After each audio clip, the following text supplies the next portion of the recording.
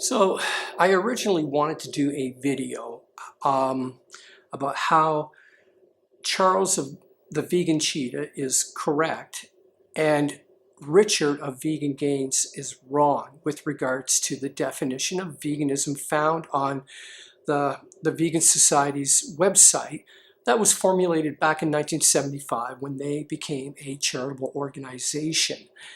And it had been a while since I had actually read this statement, so I read it over again to formulate my... Now, first of all, let me just kind of, before I go any further here, Charles, the Vegan Cheetah, he believes in a more open-ended approach to veganism that is all-inclusive, that brings everybody into the dialogue of veganism, where we're not judging and condemning people because they may eat a little bit of meat or have some fish occasionally, but rather we're encouraging one another to live a better life that's good for us, it's good for the planet, it's good for the animals.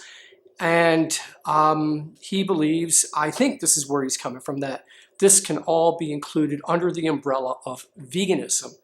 Whereas Richard, who is an animal rights activist, which is a very ideological movement in itself, I feel personally it's animal rights activists that have hijacked veganism to some degree and have a completely different agenda that goes beyond just veganism. He will say no. When it comes to diet, you're 100% plant-based. And even if you eat a little bit of animal product, that cancels out your vegan diet. That cancels you out as being a vegan, period. That's it. You're not a vegan. There's no excuses. And so I read the statement. Let me just read it here.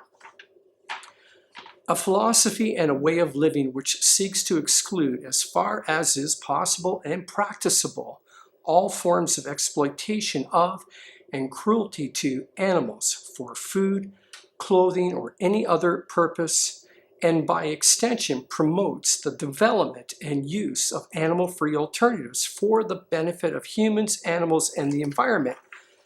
In dietary terms, it denotes the practice of dispensing with all products derived wholly or partly from animals. Now, this statement, this definition of veganism is, for the most part, subjective. In other words, and it has it in hyphens here, as far as is possible and practicable, which it's basically putting the onus on you as an individual, like, okay, here is the aim. The aim is to exclude all forms of exploitation and of cruelty to animals, food, clothing, and blah, blah, blah, blah, blah, blah, right? As far as possible or practicable for you as an individual. It's a subjective statement. It's saying, okay, in your circumstance, do the best you can to achieve these goals. However, this kind of gets nullified with the last sentence.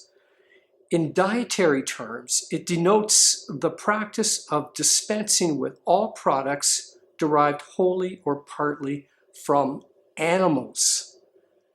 And this is where I think this whole statement it becomes useless at this point by adding in that last sentence. Now, I'm just trying to, visualize in my head what was going on back in 1979 when they formulated this article. Like, I could see, like there's you got a room full of vegans, and the Vegan Society wants to be able to promote itself and be able to get more members, and so they felt it was necessary to put in that part about as far as possible or practicable, because it wanted to be more inclusive, to get more members. But of course, I'm sure there was those fanatical animal rights activists amongst them that said, hold it. No. When it comes to diet, this is what we got to put down. You got to add that in the last part of it. That has to go in. No compromise. I mean, I don't know if it actually played out that way, but it almost seems like that this was forced in there at the very end, because it reads beautifully up until that point, and then it's like a disruption. You get this last part here, but in dietary terms, it denotes the practice of dispensing with all products derived wholly or partially from animals. It doesn't fit in with the flow of what was stated before that. And so, on the one hand, you have a subjective statement, and the last part of it, though, is more of an objective and absolute statement. So, on the one hand, Charles is right, and on the other hand, so is Richard, which creates a serious conflict, because what Richard is focusing on here is really the last sentence. In dietary terms, it denotes the practice of dispensing with all products derived wholly or partly from animals. And so, what's the solution to this problem? Well, I would say the last sentence has to go. Like, let's just hear that definition there, the vegan definition, formulated by the Vegan Society. This is not this is not a definition that comes from above. It's not holy writ. It's man-made. And veganism, the word vegan, I don't believe anybody has a license over that name. It's not copyrighted. It's not trademarked. So why not? Why not get rid of the last sentence? Or why not, I don't know, come up with a new definition?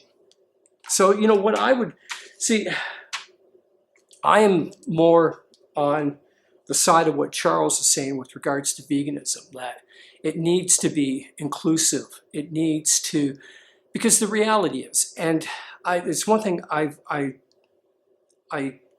in the 9 years that I was 100% vegan, was I knew a lot of people who struggled with being 100% vegan and would slip up and would suffer immense guilt over it and would keep it a secret because of their shame. They wouldn't share it with other vegans because they knew if they did, they would be condemned, they would be judged, and that still goes on. And I can't see that as being helpful, but that's the kind of veganism that Richard, the animal rights activist, wants to enforce on everybody.